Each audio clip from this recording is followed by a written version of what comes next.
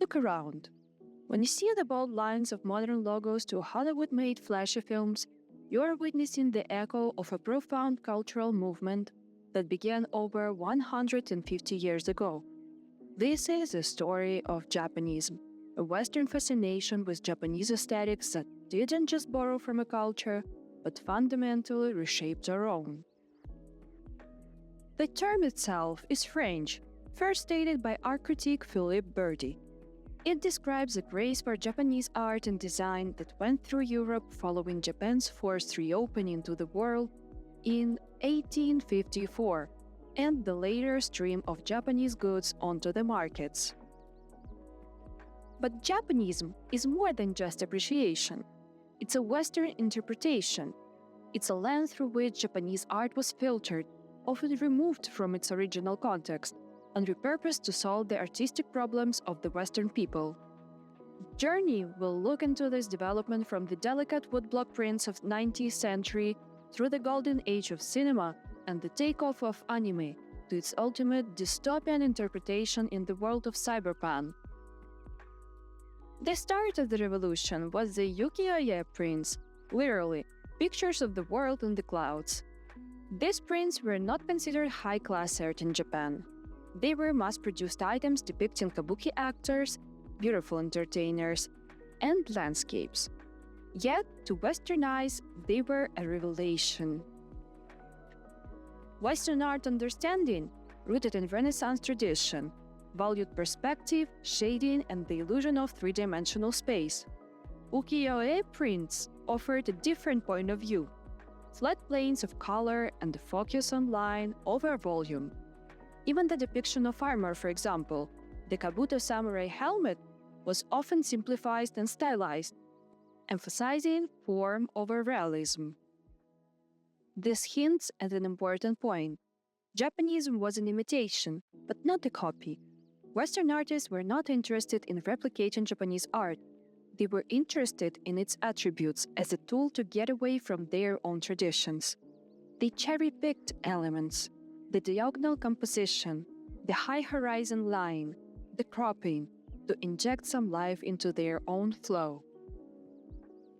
The Impressionists and Post-Impressionists were the first to explore the fascination.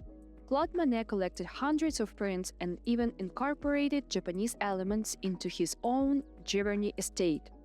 Edgar Degas used to sharp cropping of ukiyo-e to frame his characters, creating a sense of fluidity.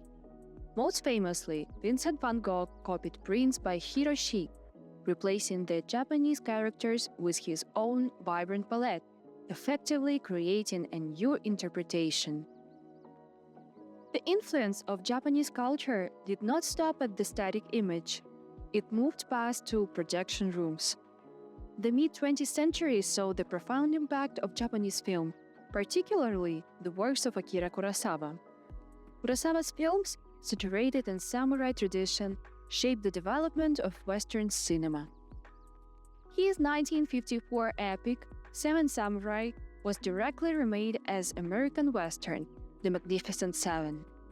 The 1961 film Yojimbo was adapted by Sergio Leone into A Fistful of Dollars, initializing the spaghetti western genre and establishing the archetype of the lone wolf, a gray area protagonist. This was a new manifestation of Japanism, not just aesthetic, but thematic. Fast forward to the late 20th century, and the influence transforms again with the worldwide spread of anime. Originally intended for Japanese audiences, this animation style quickly becomes a worldwide occurrence, leading to the creation of Western-style anime. Shows like Avatar, The Last Airbender, and Castlevania are notable examples. These series are produced by Western media, but their visual language is clearly shaped by stylistic choices coined by Japanese animators. This reflects the two-way exchange within Japanism, where the aesthetic is so integrated that it becomes a new global classic. But the most prominent and active modern expression of Japanism is found in the gloomy, neon and blood-soaked world of cyberpunk. Cyberpunk, defined by its core traits, advanced technological access, and social decay, is fundamentally a Japanese Western fusion.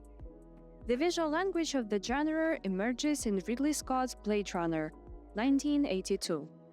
The film were presented with a chaotic, multilingual urban version of Los Angeles, dominated by massive, glowing Japanese and Chinese ads.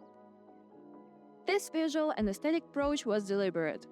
In the 80s, Japan became the giant economic power we know today, and the cyberpunk vision projected a future where Japanese corporate and then cultural dominance had emerged with American social erosion. The resultant visual language drew heavily on hyper-capitalistic, neon-lit urban landscapes that echoes the denscapes of Tokyo and Hong Kong. The connection is undeniable. When the Wachowskis pitched The Matrix, it is stated in multiple sources that they showed the producers a copy of Ghost in the Shell, saying, "We want to do that for real."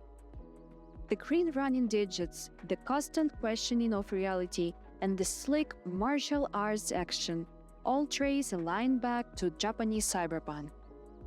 This aesthetic did not stay in the borders of film, but transcended to video games, where giants of video game production got inspired to develop an array of new worlds. From Night City in Cyberpunk 2077 to the character design and narrative structure of Deus Ex Human Revolution.